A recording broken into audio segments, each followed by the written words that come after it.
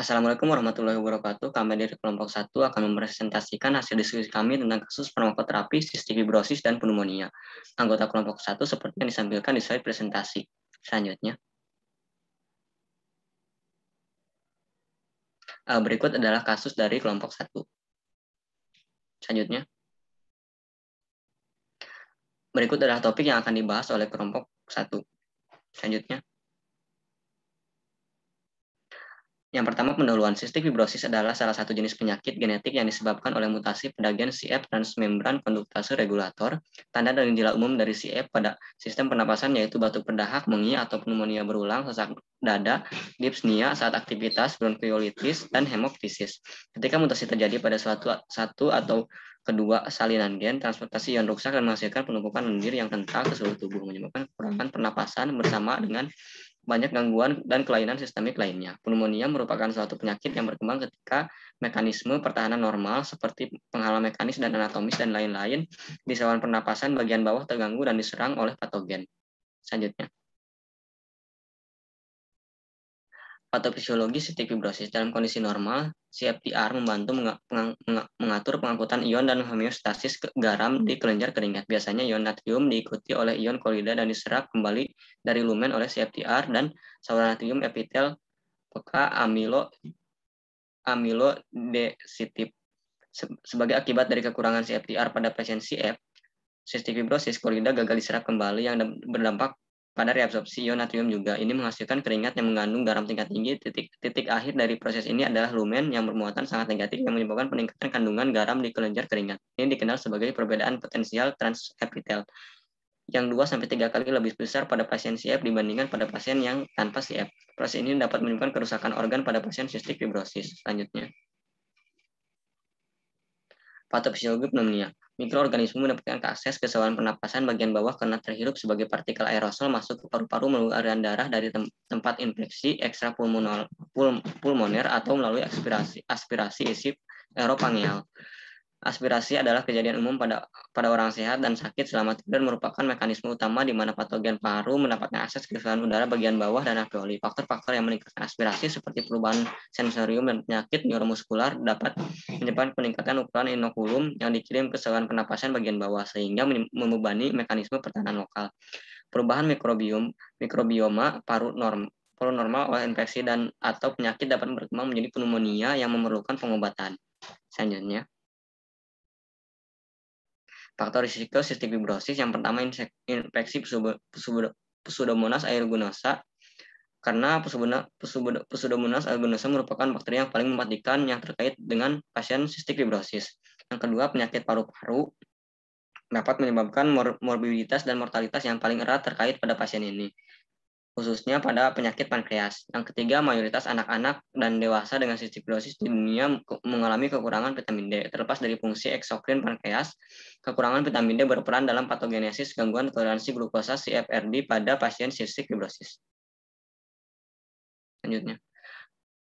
Selanjutnya, faktor risiko pneumonia. Yang pertama, faktor gaya hidup. Faktor gaya hidup seperti merokok, konsumsi alkohol yang tinggi, kekurangan berat badan, tinggal di rumah tangga besar, atau memiliki kontak dengan anak-anak dikaitkan dengan peningkatan risiko CAP. Kondisi komorbiditas berdasarkan tinjauan yang dilakukan oleh Torres et al. Dibuktikan bahwa adanya komorbid dikaitkan dengan peningkatan risiko CAP.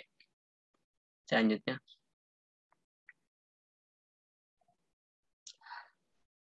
metode SOAP. Yang pertama, subjektif.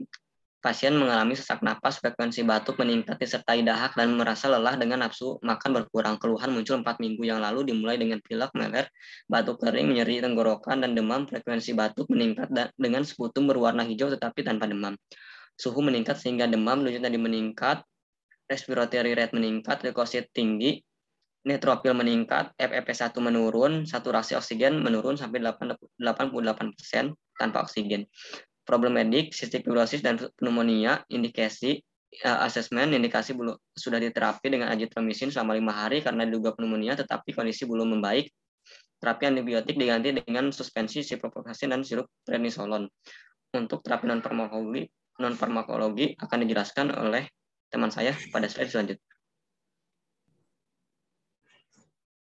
Selanjutnya yaitu terapi non farmakologi. Yang pertama, sistik fibrosis. Pasien sistik fibrosis dapat diterapi dengan terapi paru atau dapat disebut terapi pembersihan jalan napas yang dilakukan setiap hari untuk meningkatkan pembersihan lendir dari paru-paru. Yang kedua, pneumonia dapat diterapi non-farmakologis dengan peningkatan istirahat, asupan cairan yang cukup 3 liter dalam periode 24 jam, posisi nyaman seperti tegak untuk memudahkan pernapasan, dan udara yang dilembabkan untuk melegakan hidung dan paring yang teriritasi. Next. Selanjutnya yaitu tujuan terapi. Tujuan terapi sistik fibrosis untuk meningkatkan pembersihan mukosiliar dengan cara terapi pernapasan aktif, olahraga, dan terapi sekretolitik, serta untuk mencegah dan menekan infeksi bakteri kronis dengan antibiotik.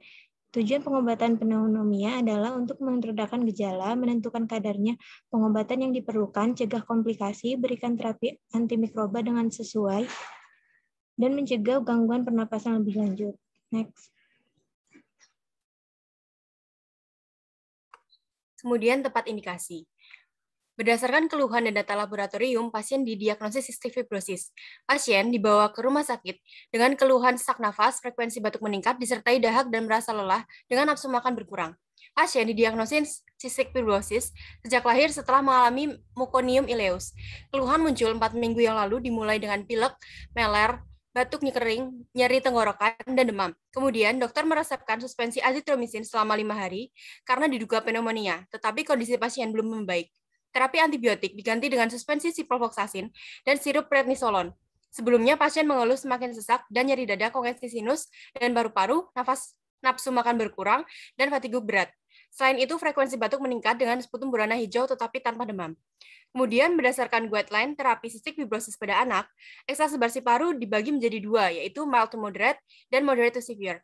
Dilihat dari gejala yang dialami pasien, maka pasien termasuk ke dalam sistik fibrosis dengan eksaserbasi pulmonari moderate to severe, di mana pasien mengalami 3 gejala seperti batuk, produksi sputum atau dahak, dan juga penurunan saturasi oksigen yang dilihat dari hasil data laboratorium di mana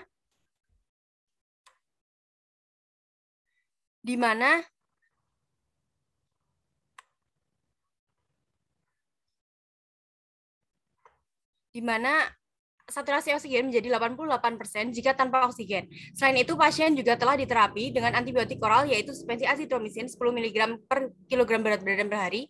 Pada hari pertama dilanjutkan 5 mg per kilogram berat badan per hari pada hari kedua sampai 5.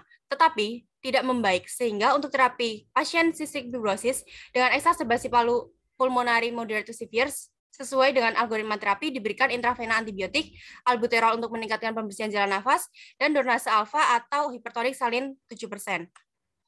Kemudian selain itu, dilihat dari data laboratorium, pasien mengalami peningkatan kadar leukosit dan neutrofil yang mengindikasi adanya infeksi bakteri. Adanya kolonisasi bakteri dan pertumbuhan bakteri di paru-paru sering menyebabkan eksaserbasi paru pada pasien sistik fibrosis. Karakteristik umum eksaserbasi paru meliputi peningkatan batuk, fungsi paru berkurang, dan peningkatan produksi lendir. Kemudian pada kultur sputum juga didapatkan bahwa terdapat infeksi Pseudomonas aeruginosa. Infeksi dengan P. aeruginosa akan berkembang menjadi infeksi kronis yang berhubungan dengan infeksi paru-paru yang lebih buruk. Gizi buruk, lebih banyak eksaserbasi paru, dan kematian.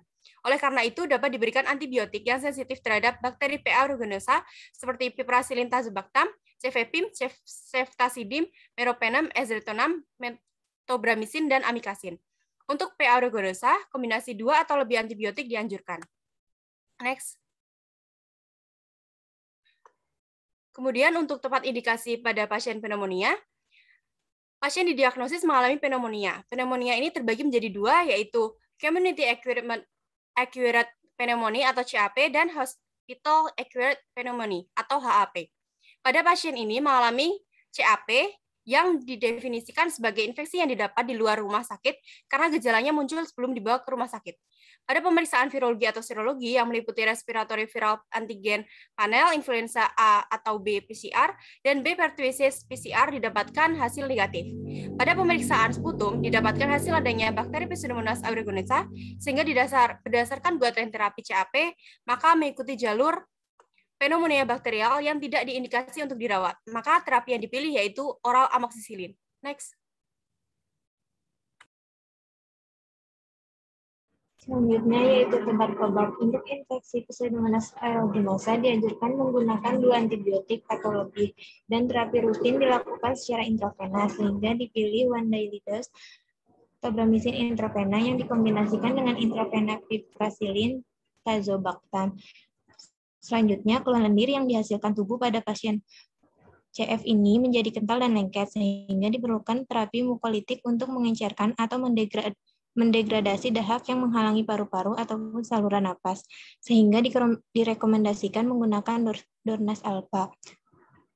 Selanjutnya diperlukan terapi bronkodilator karena mampu meningkatkan FEV1, memperbaiki jalan nafas, dan memperbaiki aliran udara ekspirasi. Kemudian bronkodilator yang untuk umur 6 tahun ke atas pada pasien CF, yaitu golongan beta-2 adrenergi karena terbukti dapat meningkatkan fungsi paru.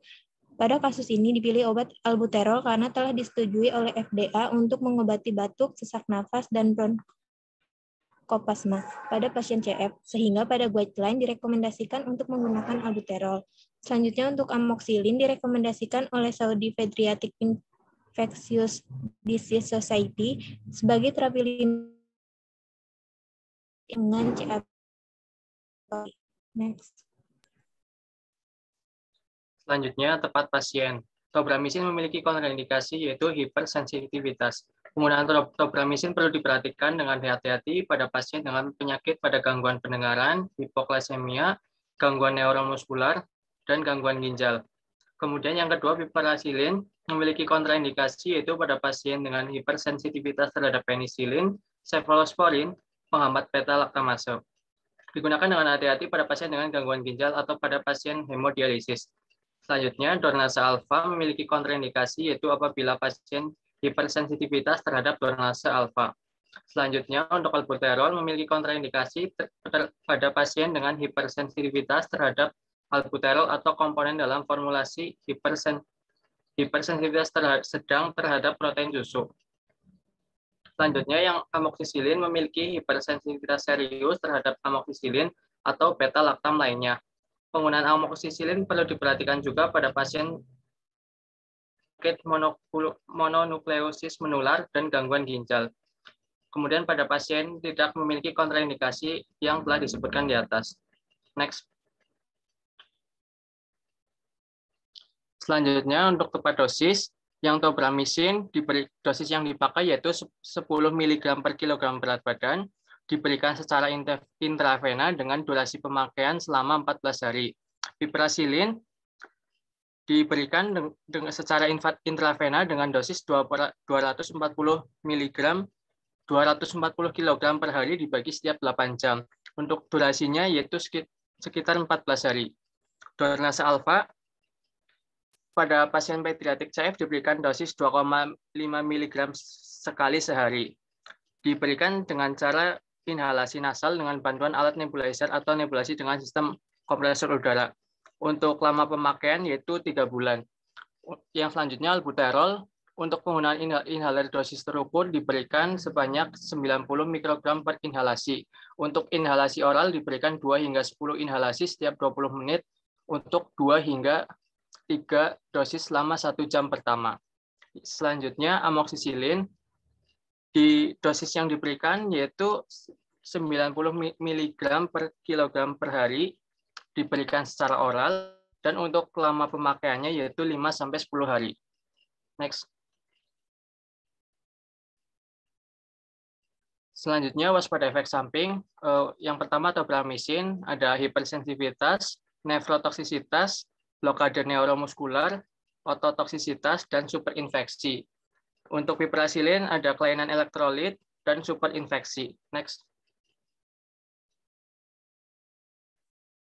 Untuk Dornase alfa, penurunan fungsi paru. Kemudian yang albuterol ada bronkospasme dan reaksi hipersensitivitas. Selanjutnya amoxicillin ada reaksi anafilaksis atau hipersensitivitas. Kemudian ada juga superinfeksi. Next.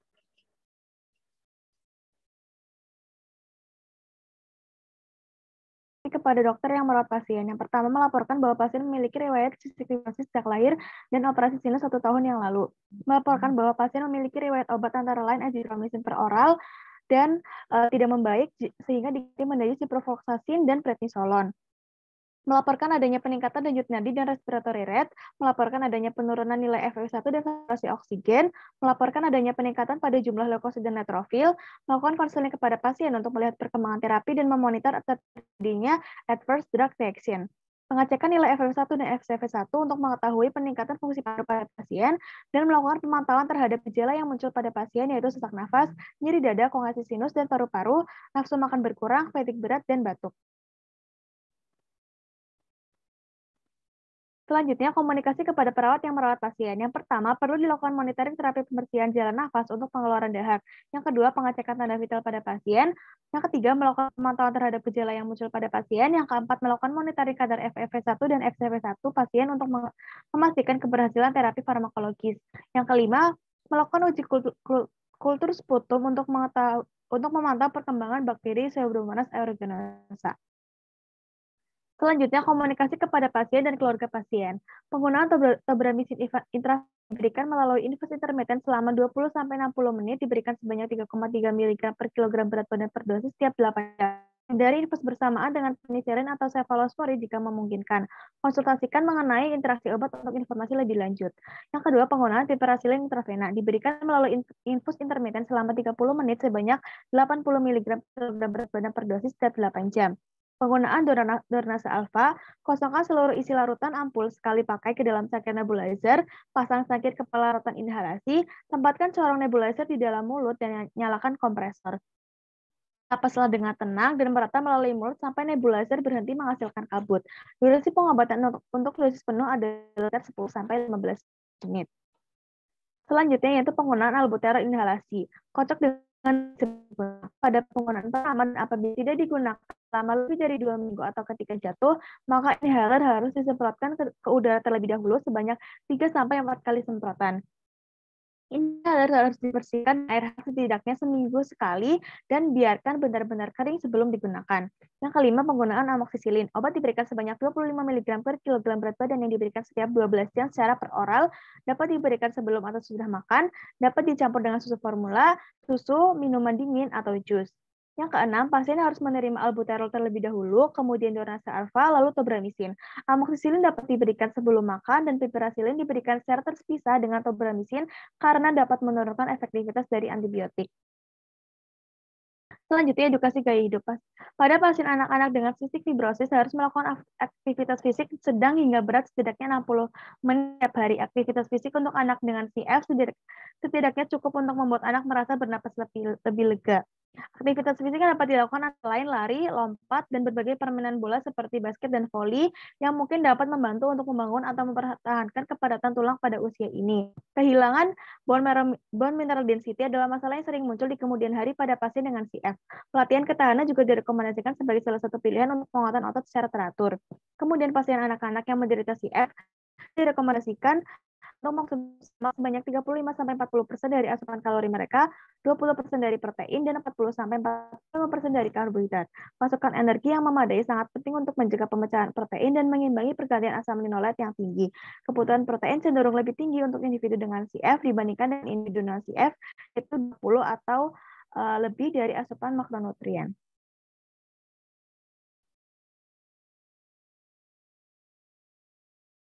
Baik, untuk yang selanjutnya yaitu monitoring. Untuk monitoring keberhasilan dan efek samping obat bisa dilihat pada slide.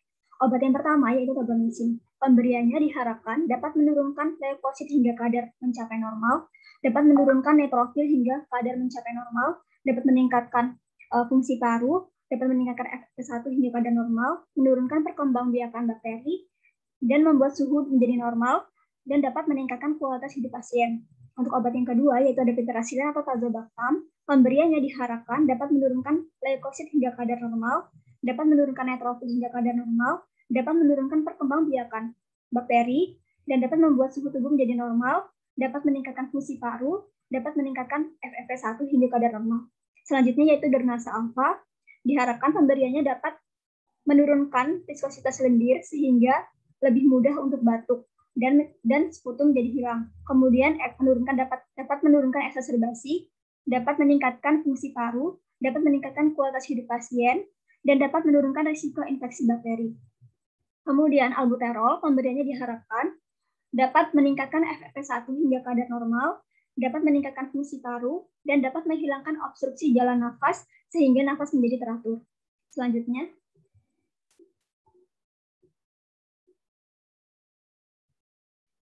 untuk selanjutnya yaitu ada obat amoxicillin, pemberiannya diharapkan dapat meningkatkan aliran udara pada paru-paru sehingga sesak nafas berkurang, dan dapat mengurangi nyeri pada dada, serta dapat meningkatkan pembersihan sputum atau lendir. Selanjutnya,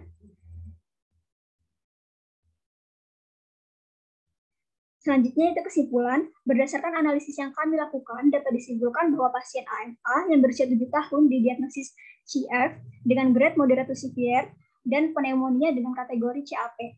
Oleh karena itu, indikasi terapi yang dilakukan yaitu yang pertama, terapi non-farmakologi untuk CF meliputi pembersihan jalan nafas, misalnya dengan terapi perkusi postural atau perangkat fisioterapi dada, dan diet tinggi lemak. Untuk terapi non-farmakologis CAP, yaitu dengan peningkatan istirahat, mengonsumsi asupan cairan yang cukup, berada pada posisi nyaman seperti tegak untuk memudahkan pernapasan dan udara yang dilembabkan untuk melegakan hidung dan faring yang teriritasi. Lalu untuk terapi farmakologinya, untuk terapi farmakologi CF diberikan dengan antibiotik dengan kombinasi antara tobramycin dan piperacillin atau tazobactam secara intravena dengan dosis tobramycin 10 mg per kilogram berat badan per hari setiap 24 jam dan piperacillin atau tazobactam 240 mg per kilogram berat badan per hari dibagi setiap 8 jam dalam jangka waktu 14 hari. Kemudian mukolitik yaitu Donasa alfa diberikan dengan cara inhalasi nasal dengan nebulizer. Dosisnya yaitu 2,5 mg sekali sehari dengan jangka waktu 3 bulan. Selanjutnya itu diberikan bronkodilator berupa albuterol dengan inhalasi oral dan dosis terukur. Dosis yang digunakan yaitu 90 mikrogram per inhalasi. Digunakan sebanyak 2-10 tiap 20 menit selama 1 jam pertama. Jika respon selama 1 jam pertama baik, maka dilanjutkan dengan penyemprotan sebanyak 2-6 kali setiap 3-4 jam selama 1-2 hari. Kemudian dilakukan terapi farmakologi untuk CAP, yaitu dengan memberikan antibiotik berupa amoxicillin per oral dengan dosis 90 mg per kilogram berat badan per hari, yang terbagi dalam 2 dosis digunakan selama 5-10 hari. Selanjutnya, berikut merupakan daftar pustaka yang kami gunakan. Selanjutnya, sekian presentasi dari kelompok kami. Kurang lebihnya kami mohon maaf. Wassalamualaikum warahmatullahi wabarakatuh.